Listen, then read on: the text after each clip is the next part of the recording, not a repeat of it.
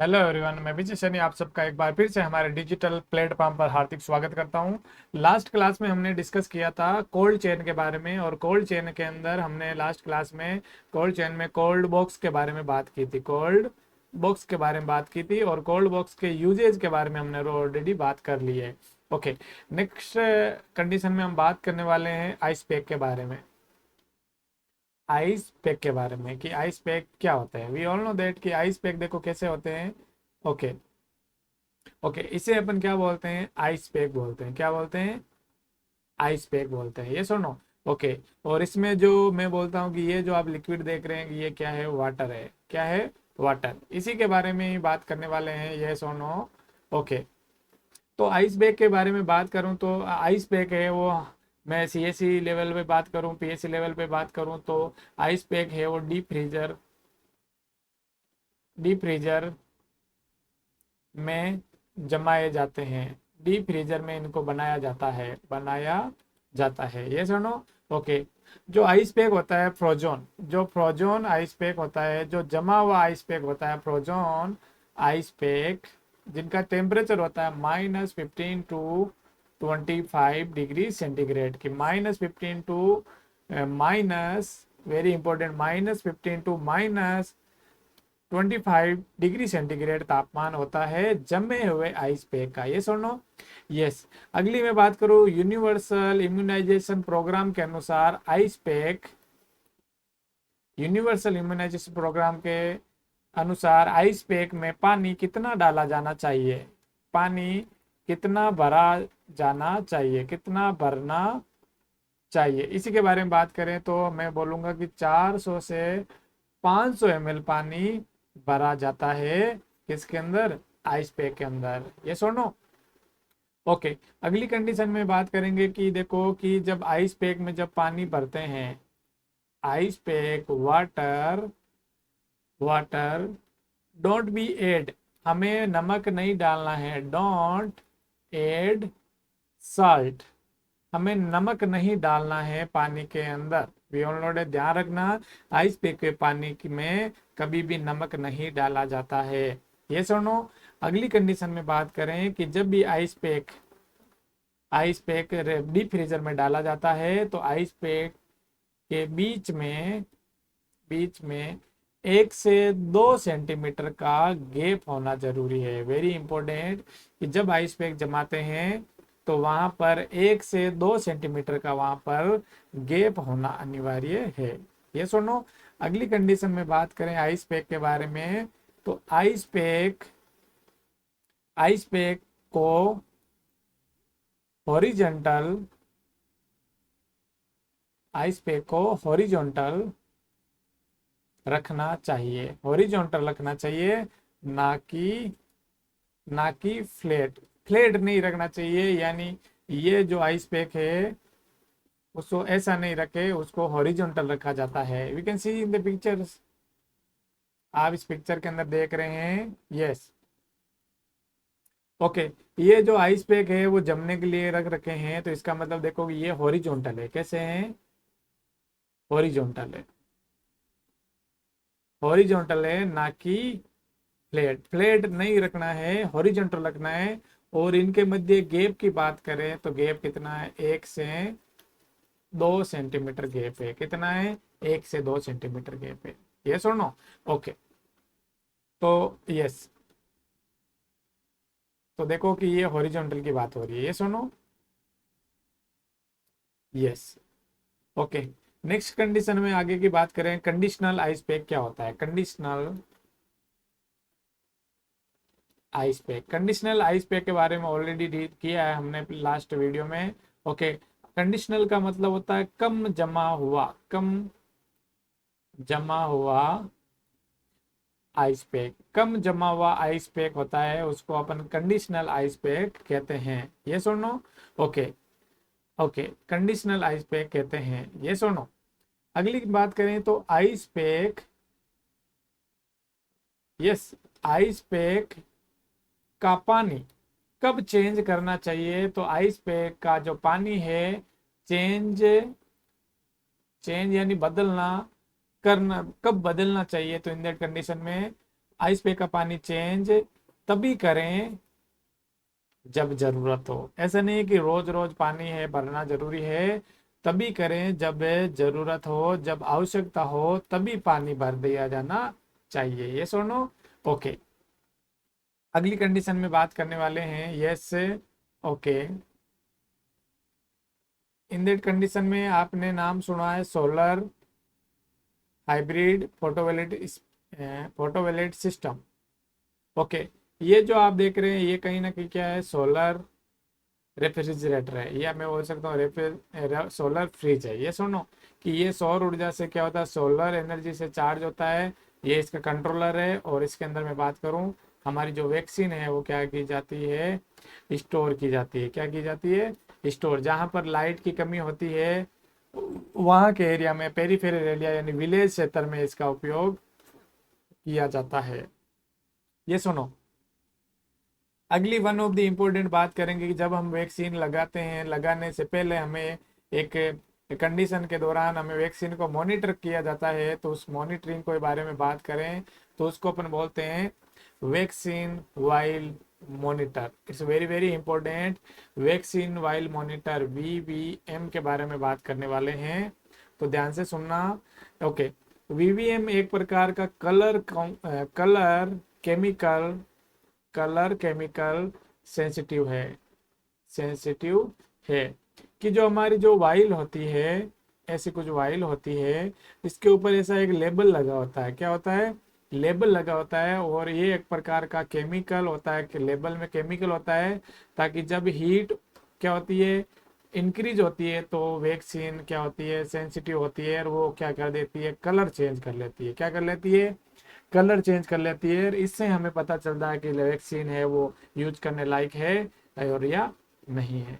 बोलो ये सुनो।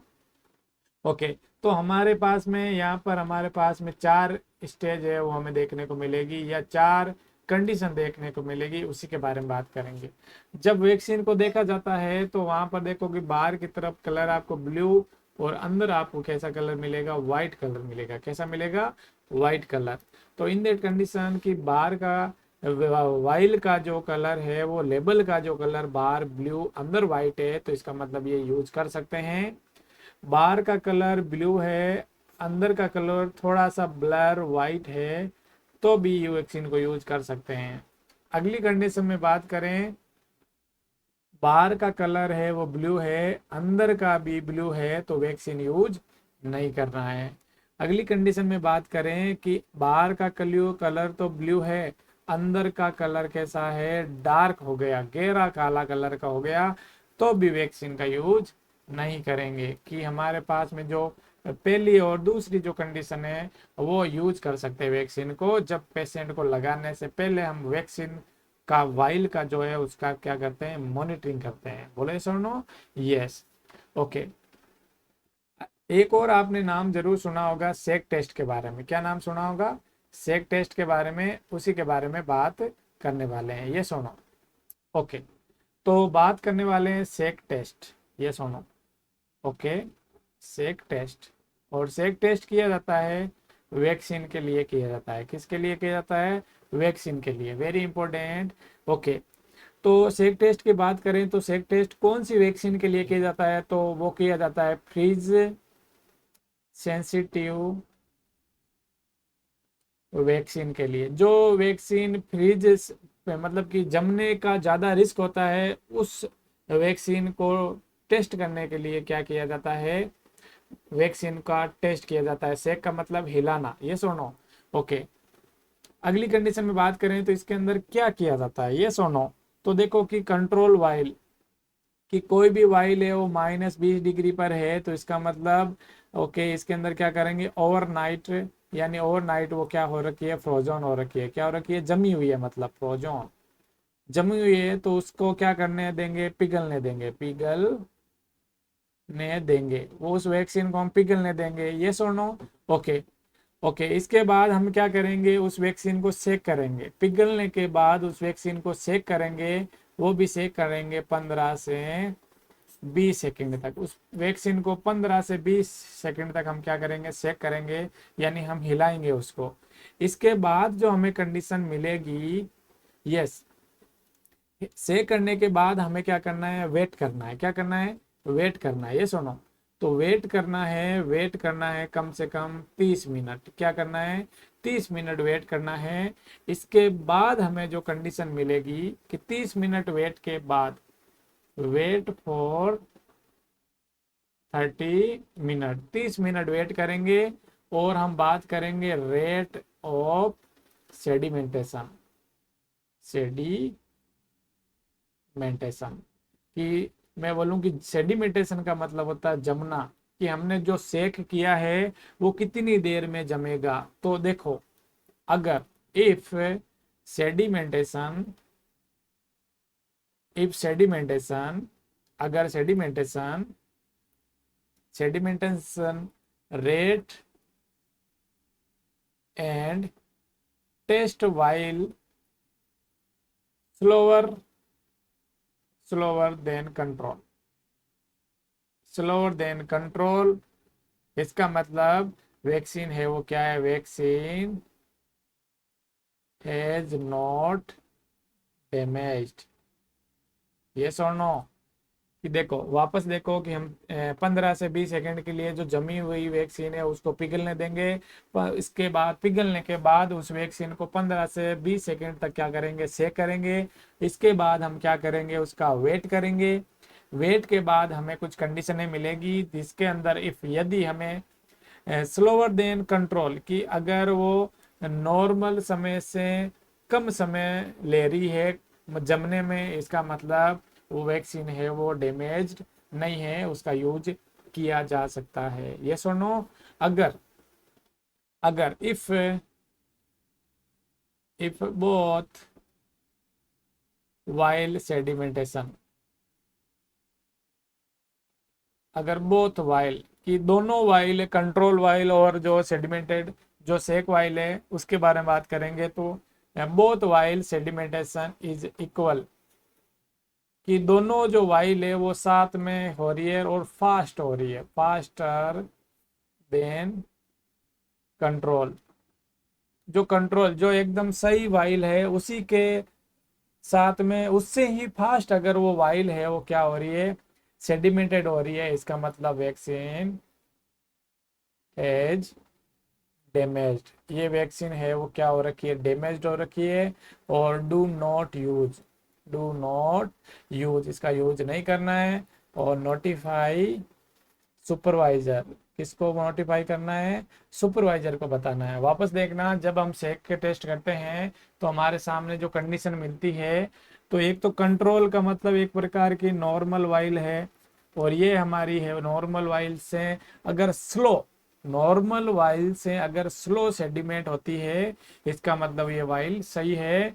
और अगर मैं बोलूं कि नॉर्मल वाइल से या कंट्रोल वाइल से अगर ये फास्ट क्या होती है, सेडिमेंट वापस होती है, इसका मतलब ये क्या है, डोंट यूज, ये क्या हो रखी है, डैमेज हो रखी है। ये सुनो, ओके।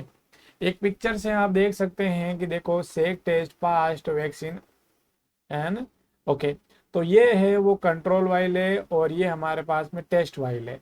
दोनों को सेक किया और इसका मतलब सेक करने के दौरान ये एकदम ट्रांसपेरेंट है और ये भी उसका जो पूरा घुला हुआ पोर्शन है, इसका मतलब ये क्या है, सही है।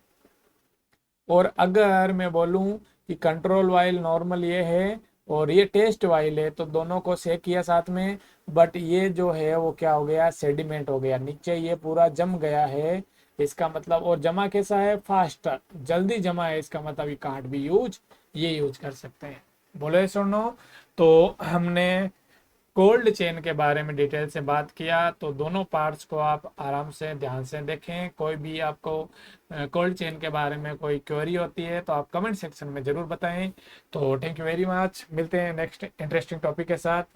ओके।